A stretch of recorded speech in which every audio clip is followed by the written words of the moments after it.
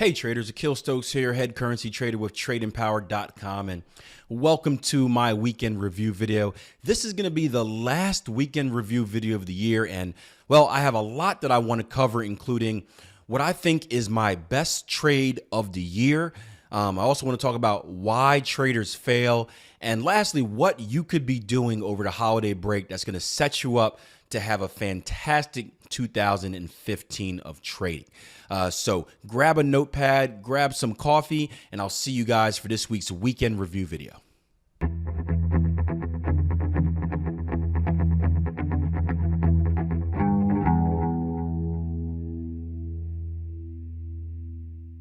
Hey guys, welcome back to a weekend review video again. My name is Akil Stokes, and I want to start off by just saying thank you so much for supporting my page this year.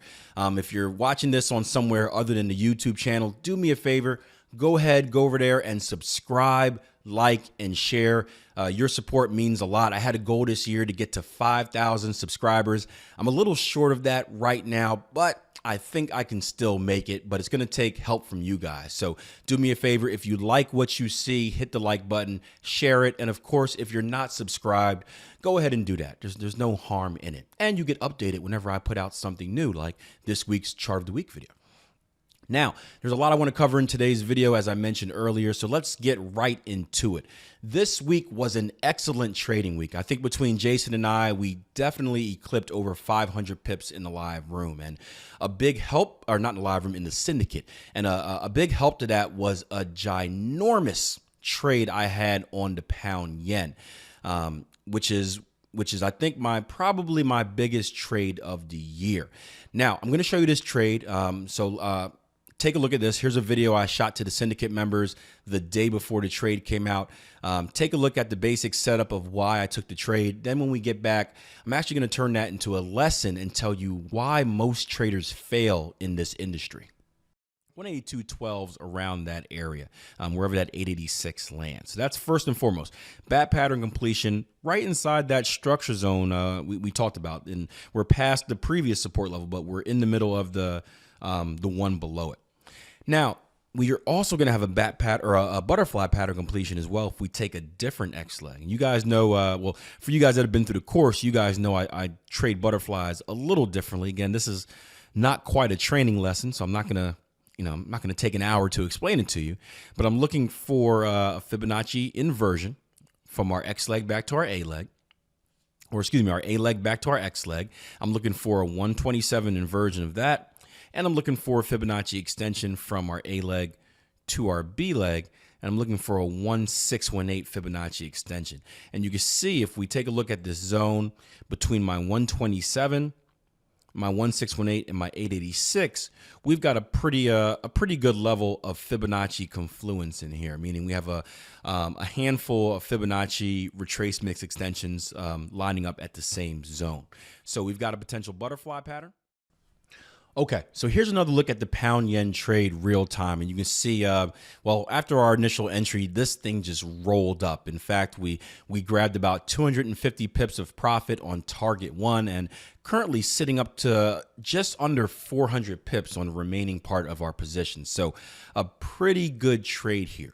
And well, we had a conversation today in the live room about advanced patterns. It wasn't specifically based off of this trade, but just in general about advanced patterns. And well, Akil, if advanced patterns are so black and white, so easy, meaning that the rules are sitting right there in front of you of what it takes to trade it. There's no real, there's not too much discretion to them. If it doesn't do this, then that's not valid. If it does do that, then it's valid. It's pretty simple. And if the rules are that simple, the trader asks, how come so many traders fail? And my response was, well, it has nothing to do with the system or the strategy. It's all about what lies between the 6 inches between your ears. And it's the brain, it's emotions, it's trading psychology. And I'll use this as a perfect example. Now, looking on the 4-hour chart, it looks as if this trade was pretty pain-free. I mean, the market spiked down. We came down to our completion level, which was right around the 82 even handle, a little bit above that. And we shot right up to profit, right? Boom. The market went 400 pips straight up from 82 to 86. Easy. Not so fast, my friend.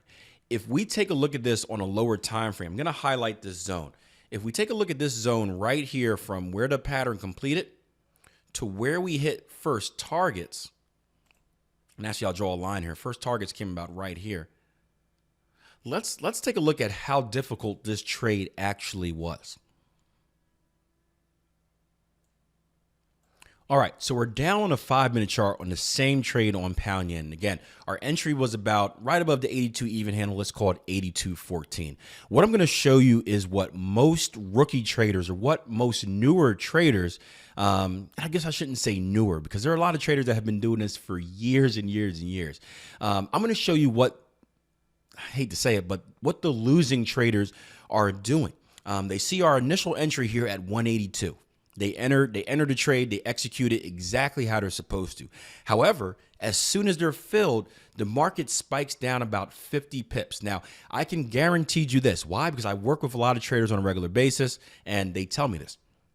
There were a lot of traders that exited the position right here. They said, Akil, I entered.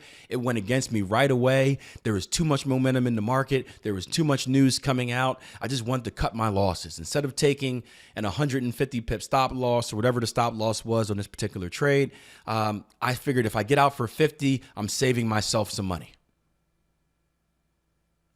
False. But this initial move scared out a lot of traders. Then we went from minus 50, for those who were brave enough to stay in it, we went from minus 50 and we essentially shot all the way up, boom, about 150 pips.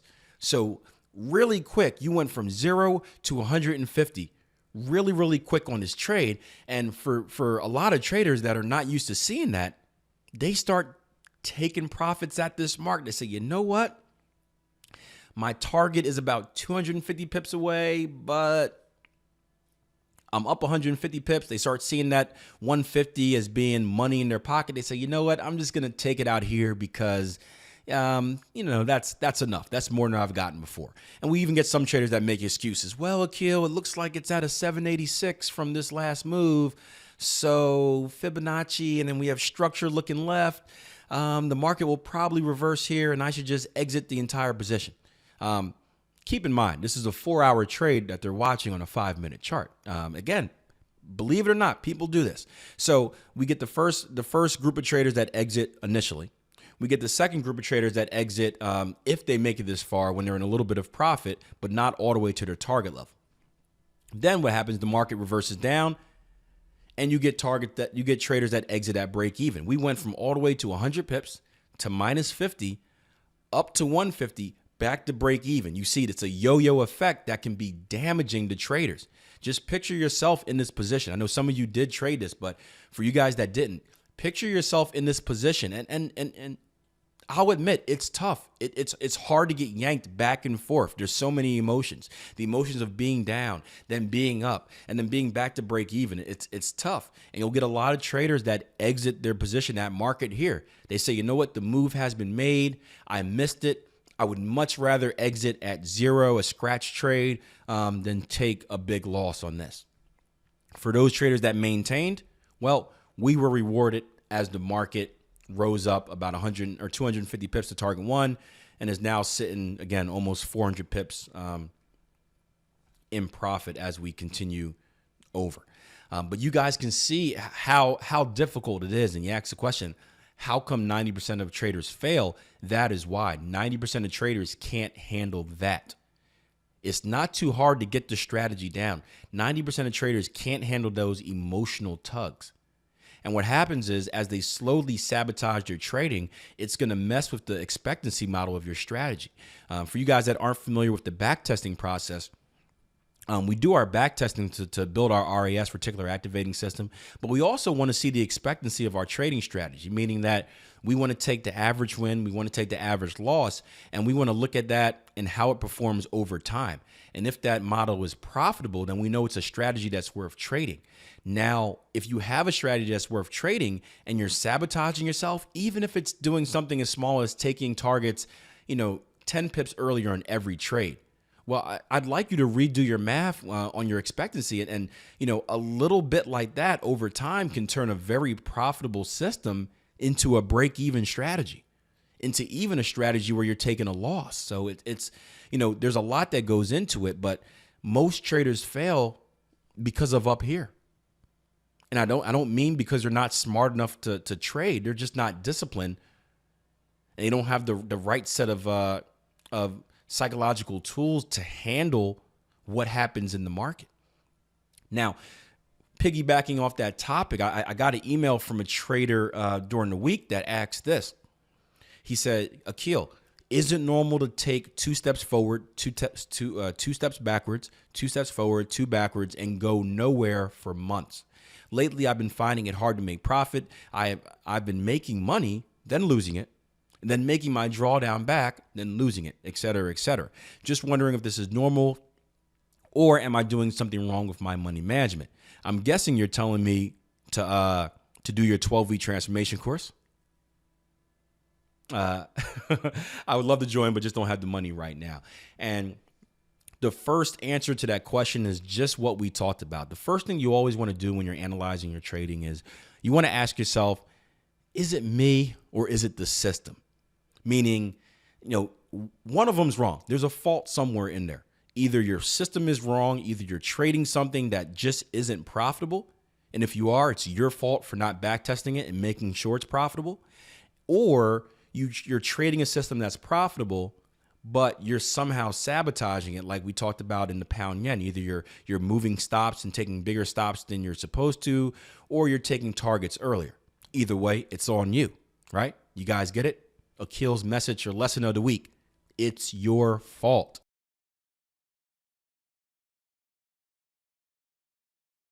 I'm sorry if I offended you, but it is, and someone had to tell you.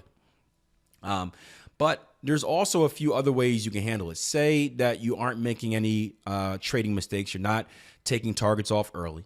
You're not entering trades you're not supposed to. You're not rolling or moving stops back, so you're taking bigger losses.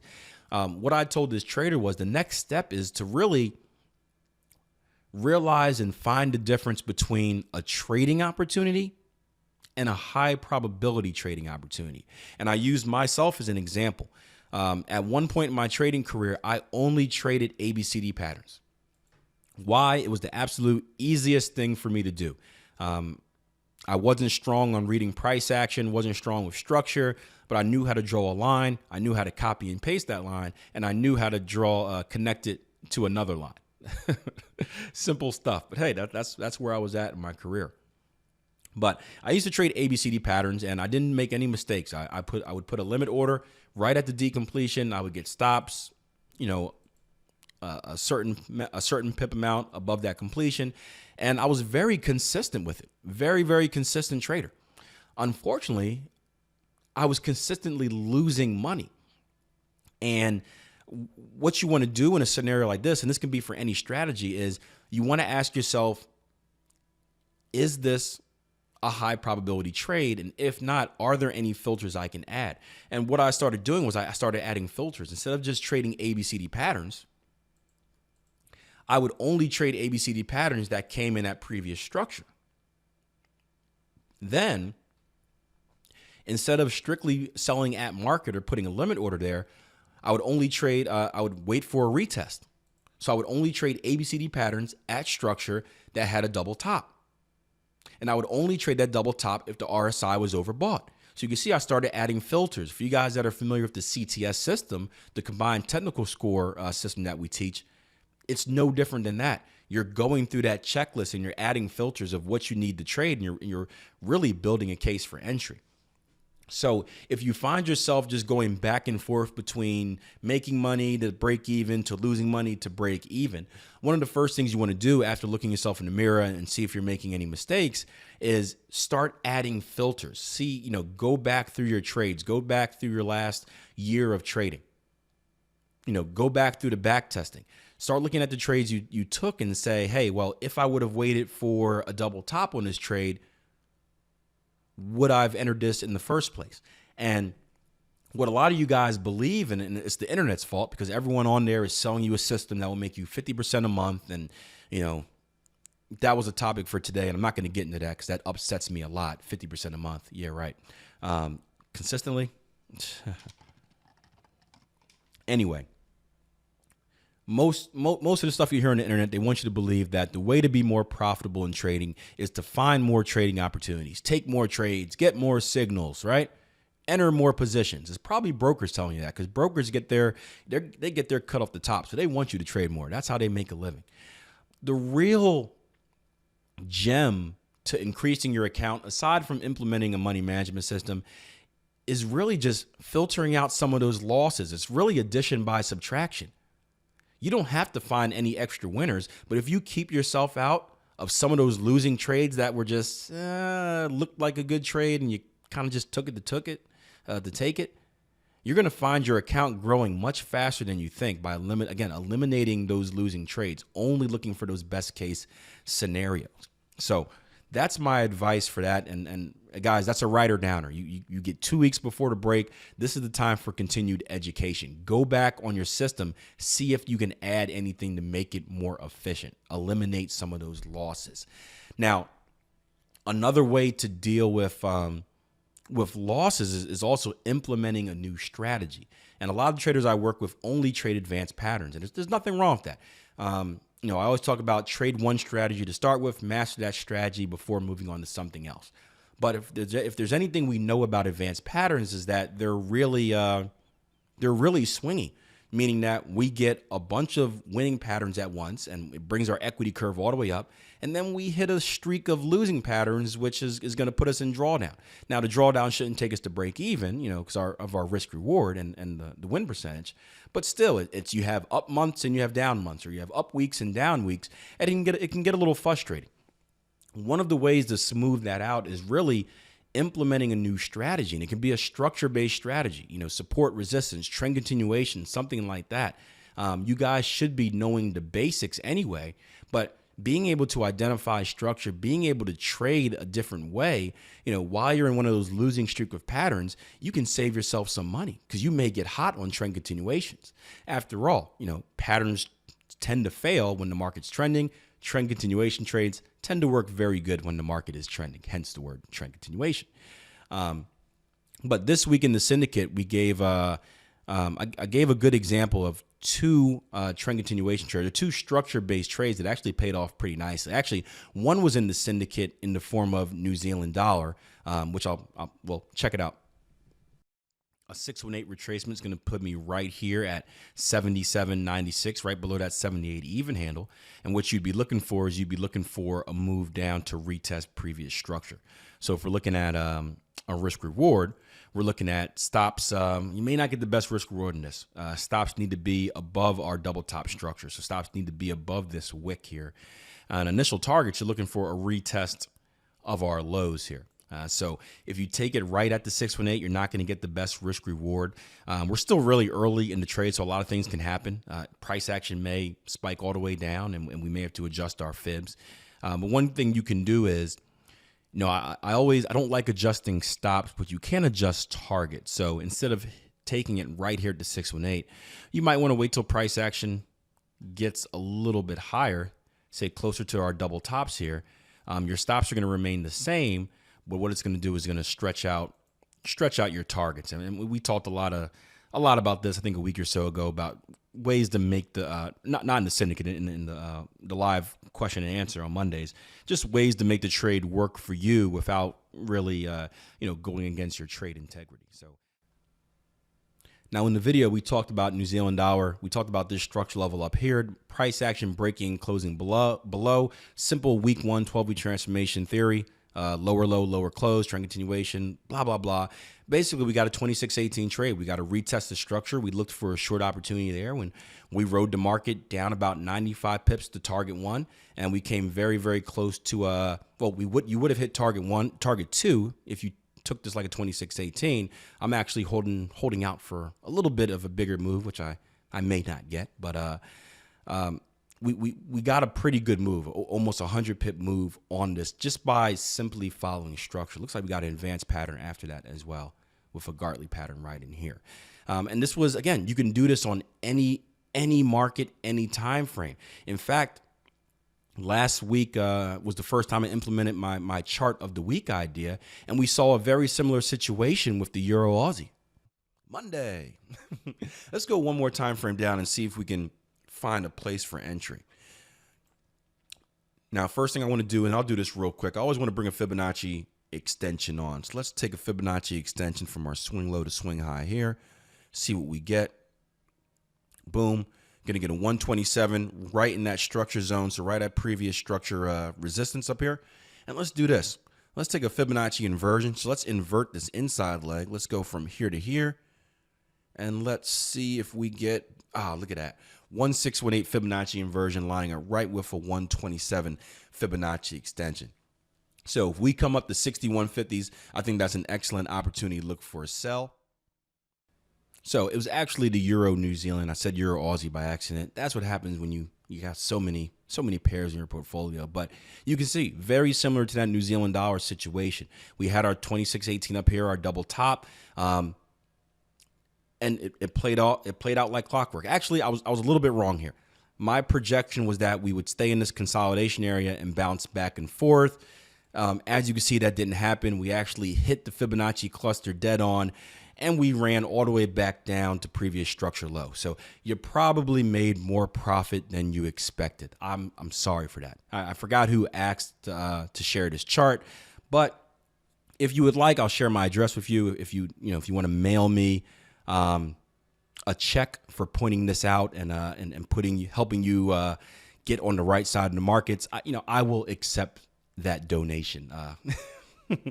Just kidding. But seriously, guys, structure stuff works. We had a handful of trades like this as well, and it's something to do. It's at the base of everything, including advanced patterns, and it's something also that you can use when advanced patterns aren't forming. Remember, advanced patterns, it takes 5 waves to form that pattern. We got to get a move down, X to A, we got to get an X to A, we got to get A to B, we got to get a B to C, we got to get a C to D, and then that C to D has to roll over. In the meantime, there are plenty of trades you can take while you're waiting for those bigger trades to open up. So I hope you guys learned something from this week's weekend review video. Again, it's the last one of 2014, so I wanted to give you guys a lot, especially knowing that, for the most part, you won't see me until January. Now, syndicate members, as promised in last night's syndicate video, I will mail out the link and the password to tomorrow's live room session. We're probably going to take a little earlier break. That way we can still join Jason for his war room meeting in the morning as well.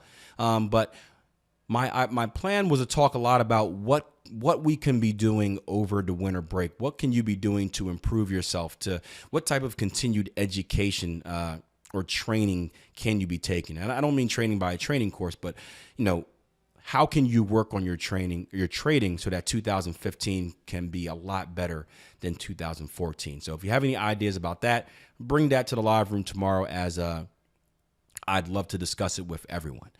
For the rest of you, I will see you guys in 2015. Again, I appreciate the love, and yeah, it's been a good year. It's been a good year. So good luck, happy holidays, Merry Christmas, Happy New Year's, whatever else is in between there. I'll see you guys in January. Until then, plan your trade, trade your plan. Take care.